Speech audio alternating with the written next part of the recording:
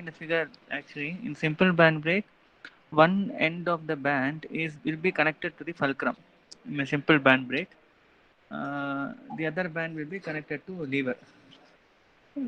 But in differential band brake, both the ends will not be connected to the, neither of the ends will be connected to the fulcrum. One end of the band will be actually displaced away from, connected to a pin at a distance of some b2 away from the fulcrum. Similarly, the other end of the band also will be connected to a pin connected to the lever at a distance of b1 from the fulcrum. So both the sides of fulcrum, the tensions will give some moment with respect to fulcrum O. In case of simple band brake, one of the force is connected directly to the fulcrum, so that particular force, that particular tension, which is will not give you any moment, because since it is connected to the fulcrum O. That is the main difference which we can see between differential band brake and simple band brake. Here also we have a clockwise and anti-clockwise rotation of the drum, right? So if you see the torque transmitted is given by the same equation, 9550 into 1000 n by n, and considering the clockwise rotation, we know mt is equal to difference between tensions into radius. So T1 by T2 is equal to e per mu theta. So bit from equations A and B, we can find out T1 and T2 as usual.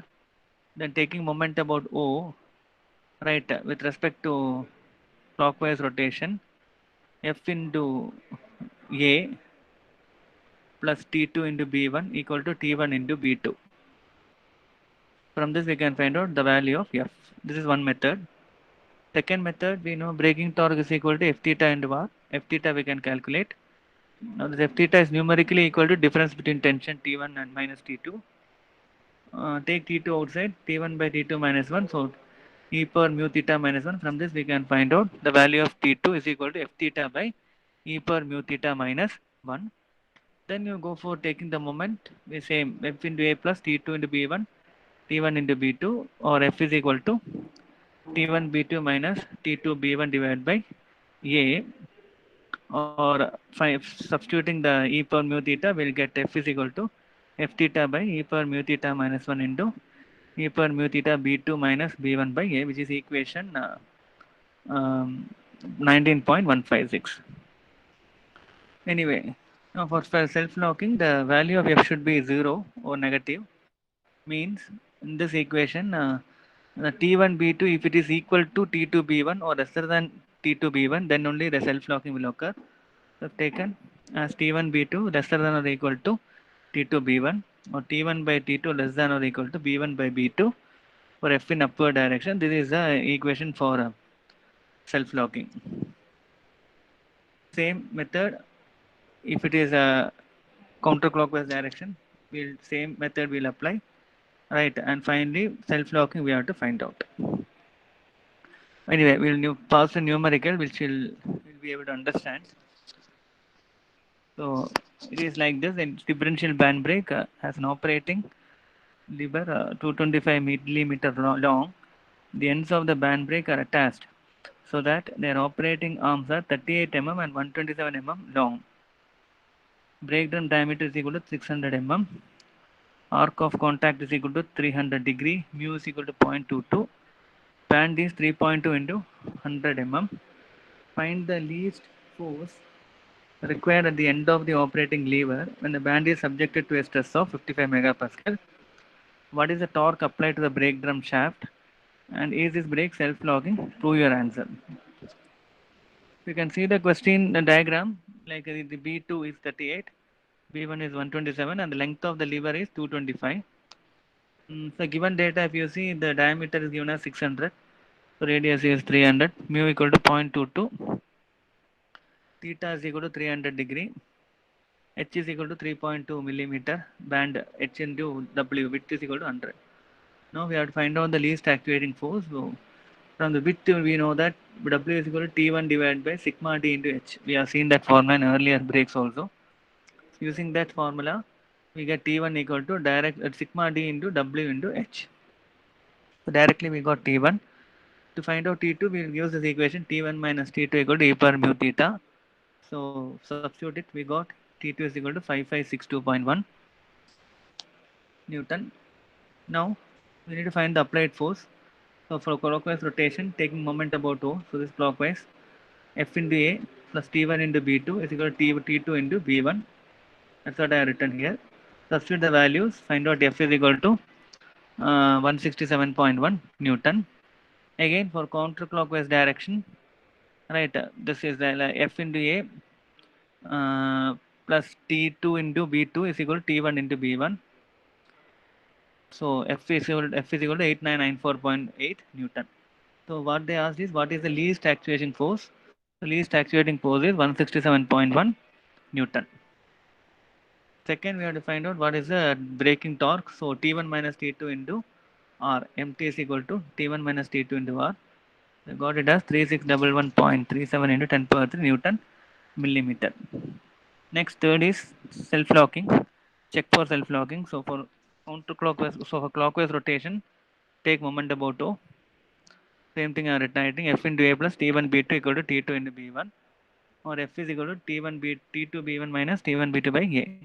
And I told you for the self-locking, F should be equal to 0 less than 0, or T2 B1 should be equal to 0, this parameter T2 B1 minus T1 B2 by A should be less than or equal to 0, or T2 B1 less than or equal to T1 B2, or B1 by B2 less than or equal to T1 by T2. We know T1 by T2 is e power mu theta. So now B1 is 127, B2 is 38, e power mu theta we calculated and found out to be 3.164. So 127 by 28, LHS will be 3.34, RHS is 3.16. So condition is not satisfied. So it is wrong. So there is no self-locking in clockwise direction. Again, we are check for self-locking in counterclockwise direction. Same, take moment about 2. F into A plus T2 into B2 equal to T1 into B1, or F is equal to T1 B1 minus T2 B2 by A. And for self-locking, same condition. The parameter T1 B1 minus T2 B2 by A should be less than or equal to 0, or T1 B1 less than or equal to T2 B2, or B1 by B2 less than or equal to T2 by T1, which is 1 by e power mu theta. So 1 by 3.16425 is 0.3160, and 127 by 38 is 3.3. Again, the condition is wrong. So there is no self-locking in counterclockwise direction also. So any doubt in this numerical? Shall we pass on to next? Fine. A differential band brake shown in figure operates on a drum diameter of 500 mm. Drum operates at 300 mm in counterclockwise direction and absorbs 36 kilowatt, and mu is equal to 0.25. Determine force F required to operate the brake. Width of the band required for this brake if the thickness is 5 mm and allowable tensile stress of the band material is 72 megapascal. Design the lever if maximum force is twice of calculated force. Use C30 steel for which sigma u is equal to 540 megapascal given, and FOS is equal to 4 based on ultimate stress. Resultant Fulcrum reaction and pin diameter.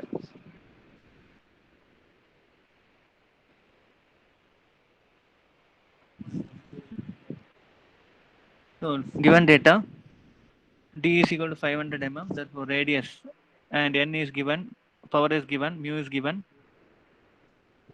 thickness of the band is given 5 millimeter, sigma D is band material 72 megapascal allowable stress. Lever material is C30 steel with FO is equal to 4. Let's see the solution. So as usual, since power and RPM is given, we can calculate the torque transmitted using equation 19.3. Now actuating force, we know that torque is equal to T1 minus T2 into R. So we get T1 minus T2 as equation A. Again T1 by T2 equal to e power mu theta, or T1 equal to 2.85 T2 I got. From A and B, solving A and B, we will get T1 is equal to 7061.83 Newton, and T2 is equal to 2477.83 Newton. We have found out the tensions. Now taking moment about O, F into A plus T2 into B2 is equal to T1 into B1, right? Substitute the parameters. I found out the applied force F is equal to 529.3935 Newton. Next, design of the band. H is equal to 5 millimeter given. Width is equal to T1 divided by sigma into H. So directly substitute the T2 value and H and sigma D values. Width of the band equal to 20 millimeter. Then design for the lever. Maximum bending moment. You have to calculate the bending moment at the ends is 0 actually. Take the straight line B2O F, that straight line. At this point, at the extreme ends, bending moment is 0. Now the fulcrum bending moment is given by T2 into B2. That's at the pivot. So I got 123.89 10 per 3. Still we don't know whether it is maximum or not. Then at T1, section T1, the bending moment is given by F into A. F into A minus 100. So F into 1000. So MB is equal to F into 1000. 529.35 10 per 3. So out of these two, the bending moment is maximum at the section T1.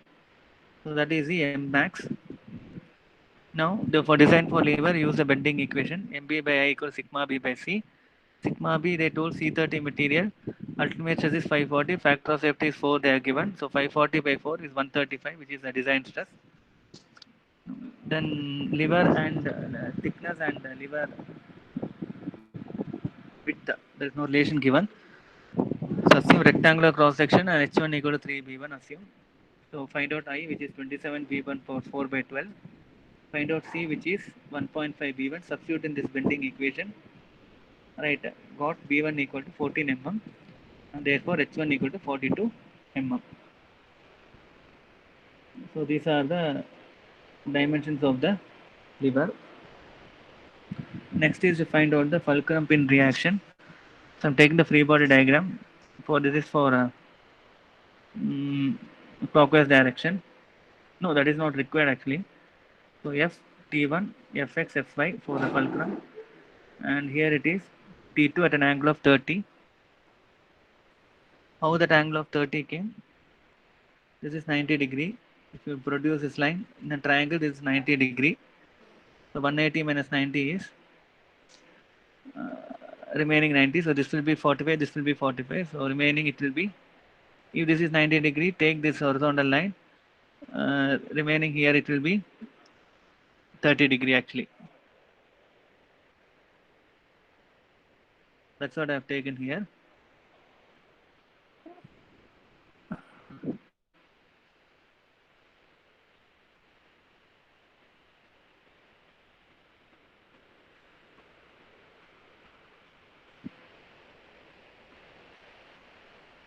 So taking moment, sigma at the algebraic sum of vertical force, horizontal force equal to 0. So T2 into cos 30 is equal to Fx. So I found out Fx equal to 2145.86. Now vertical force equal to 0 minus F plus T1 minus Fy plus T2 sin 30 is equal to 0. Substitute the parameters. Find out Fy, which is 7771.4 Newton. Resultant pin reaction R is equal to root of Fx square plus Fy square. So R equal to 8662 Newton. Now to find pin diameter, let us say the pin is subjected to double shear. So resultant reaction is equal to 2 twice area into shear stress. So 2 into pi by 4 into dp square into tau s. Tau s is allowable shear stress, which is nothing but 0.5 the design stress. So sigma s is, tau s is equal to 0.5 into sigma for C40 steel. So 67.5 megapascal. Substitute the parameters. 8062.22 equal to 2 into pi by 4 dp square into 67.5, which will get dp equal to 8.72 mm, approximate 10 mm pin diameter. Any doubt in this numerical?